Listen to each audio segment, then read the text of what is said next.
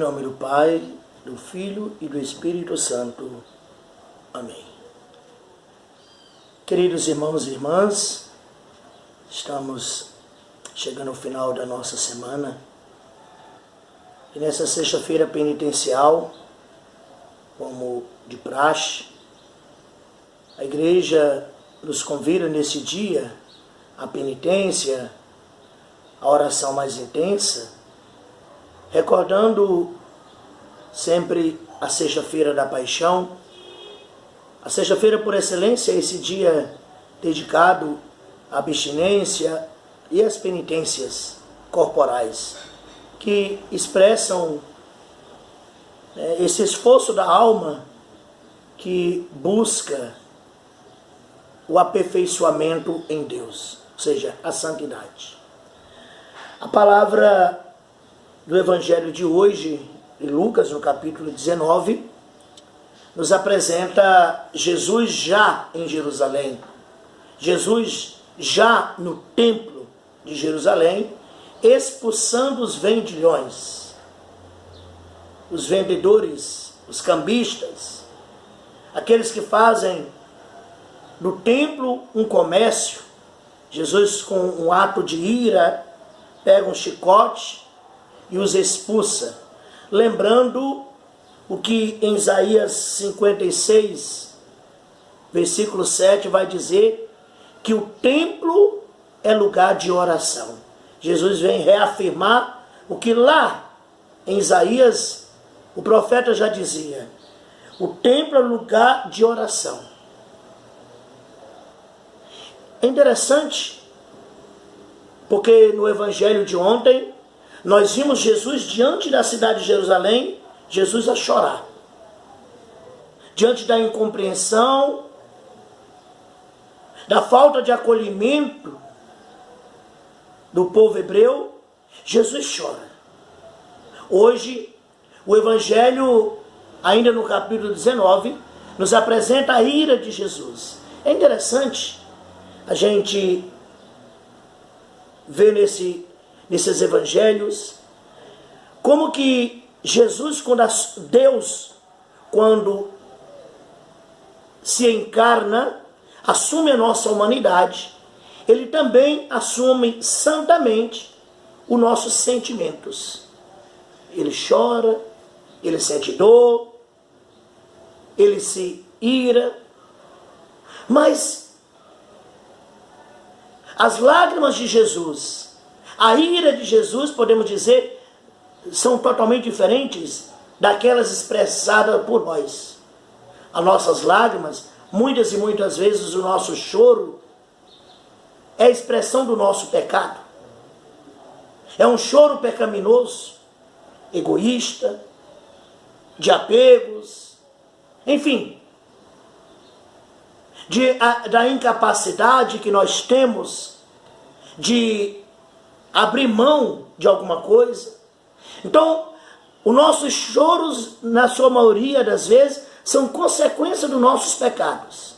Em Jesus, não. Nós poderíamos dizer santas lágrimas do Senhor. Ele chora sobre Jerusalém, porque Jerusalém não compreende. Jerusalém não entende. Jerusalém deixa que o kairos, o tempo que é visitado pela graça de Deus, passe. Como dizia Santo Agostinho, o trem da graça é de graça, mas passa. E passa. Se nós não procurarmos, de fato, a nos agarrarmos à graça de Deus, nós perdemos a graça. Hoje, nós vemos Jesus na sua ira, pega um chicote e açoita aqueles que estão ali no templo. Como eu dizia, se nossas lágrimas, se nossos choros são pecaminosos, o de Jesus é santo, nós podemos também dizer que a ira de Jesus também é uma santa ira, diferente das nossas. A nossa ira sempre é uma ira tomada de um desejo de egoísmo, de vingativo, Nós queremos nos vingar porque nos fizeram mal. Jesus não. A ira de Jesus é a ira de quem ama. De quem tem ensinado, e é a última cartada de amor. Ele chora porque o povo não entende. Agora ele pega o chicote para fazer compreender-nos que é preciso nós despertarmos para o amor a Deus. É como você tem um filho e você está a ensinar para ele, falar. Chega um momento em que por amor você toma uma atitude drástica. A santa ira. Você chega para o seu filho de maneira drástica para penalizá-lo pelo mal que ele fez. Dizendo, olha, você está apanhando por isso, você está sendo castigado, você vai ficar um mês sem celular, você vai ficar um mês sem sair para uma festa. Você faz isso porque você odeia seu filho? Não. Você faz isso porque você ama. E porque você ama, você quer corrigi-lo. Depois de tantas investidas, de tantas tentativas, você não consegue. Então você usa dessa ira. Aqui a ira não é vingativa, de querendo se vingar do teu filho, mas por um ato de amor, você vai agir para dar um choque de realidade neles, para ele despertar. É isso que Jesus faz no templo. Por isso nós chamamos a santa ira. Diferente da nossa. Nós, quando estamos cheios de ira, é um desejo de nos vingar porque nos fizeram mal. É a ira pecaminosa. Não é para corrigir. Nós dificilmente temos uma ira de correção, mas é de punição. Diferente da de Jesus. E Jesus, com chicote, bate, expulsa, derruba as mesas, dizendo, não façais da casa do meu pai um covil de ladrões, pois a casa de meu pai é casa de oração. Como eu falei, Jesus repete aquilo que está lá no profeta Isaías, no capítulo 56. O templo, a igreja, é lugar de encontro com o Senhor. A igreja, ela tem necessidade de purificar o templo, de punir, entre aspas, de agir com severa correção sobre os seus filhos, relembrando que o templo é construído, foi feito para a oração. Nós perdemos o senso hoje do que é sagrado, do que não é. As pessoas hoje já não respeitam mais o lugar sagrado. O lugar que foi construído para adorarmos a Deus. Os nossos templos hoje são lugares profanados pela nossa falta de bom senso. A igreja, a mãe igreja, como mãe, em certos momentos precisa agir com a sua ira. A ira de querer corrigir, de ensinar os seus filhos, depois de dizer, é assim, mas não ouvem.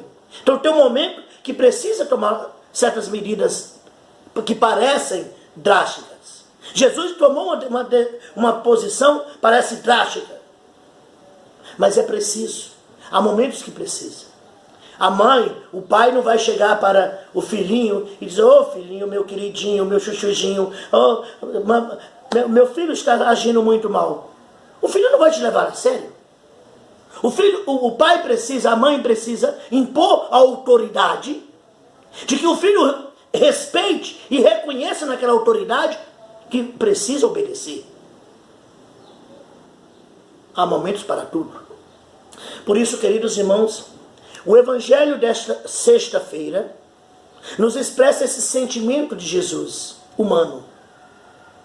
Ele, ao se encarnar, ele assume os nossos sentimentos. Por isso, ontem, o evangelho mostrava Jesus chorando. Hoje, a ira dele no templo. Desde o capítulo 9 de Lucas, nós estamos acompanhando Jesus subindo para Jerusalém. Ele está indo para Jerusalém para se entregar por nós, para dar sua vida por nós. agora já está em Jerusalém. Como eu disse, ontem, diante da cidade, chora. Hoje, já no templo, ele toma uma atitude. Com os vendilhões, com aqueles que estão ali no templo, que perderam o bom senso. Peçamos a Deus, nessa Eucaristia, que nos reunimos hoje para celebrar. Quarta-feira passada, nós celebramos a dedicação da Basílica de São Pedro e São Paulo. As duas colunas de fé da igreja, o apóstolo Pedro e o apóstolo Paulo. Celebramos na outra semana a dedicação da Basílica de São João do Latrão, a primeira catedral do Papa. Celebrar essas igrejas é um sinal profundo de que a mãe igreja precisa, volta e meia, ensinar os seus filhos, reensinar os seus filhos o verdadeiro sentido e o valor do templo sagrado construído para a oração e a adoração a Deus. Que nós possamos viver essa experiência de templo do Senhor, começando por nós mesmos. O primeiro templo, que foi construído, edificado pelo próprio Deus, que é o nosso corpo, nossa alma, para que nós tenhamos esse encontro pessoal. O nosso encontro com Deus começa de dentro para fora. Essa experiência íntima que eu tenho que ter com o Senhor. Por isso, estamos vivendo esse tempo. Hoje, já estamos no terceiro dia do nosso festejo a Nossa Senhora do Perpétuo Socorro, Medianeira de Todas as Graças, na cidade de Buriti. E é um tempo propício, esse retiro espiritual que estamos vivendo, né? É um convite a que deixemos-nos ser transformados pelo Senhor. Mais do que a arrecadação de fundos, de dinheiro para a paróquia.